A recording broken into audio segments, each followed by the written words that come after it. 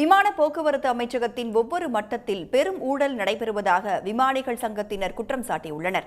இதன் காரணமாகவே நாடு முழுவதும் இண்டிகோ விமான சேவை பாதிக்கப்பட்டு ஆயிரக்கணக்கான பயணிகள் அலைக்கழிக்கப்பட்டதாக அவர்கள் கூறியுள்ளனர். விமானிகள் மற்றும் விமான பணியாளர்களுக்கான பணி நேரம், விடுப்பு உள்ளிட்டவற்றில் விமான போக்குவரத்து அமைச்சகம் சமீபத்தில் திருத்தம் செய்தது. நவம்பர் 1ஆம் தேதி அமலுக்கு வந்த இந்த உத்தரவை இண்டிகோ நிறுவனம் நடைமுறைப்படுத்தவில்லை. இதனால் அந்நிறுவனத்தின் ஆயிரக்கணக்கான விமான சேவைகள் ரத்து செய்யப்பட்டதால் ஏராளமான பயணிகள் பாதிக்கப்பட்டனர். இந்நிலையில் விமான ரத்துகளுக்கு வழிவகுத்து திருத்தப்பட்ட ஓய்வு விதிமுறைகளின் தாக்கத்தை மறு ஆய்வு செய்ய நாடாளுமன்ற நிலைக்குழு கூட்டம் நடைபெற்றது.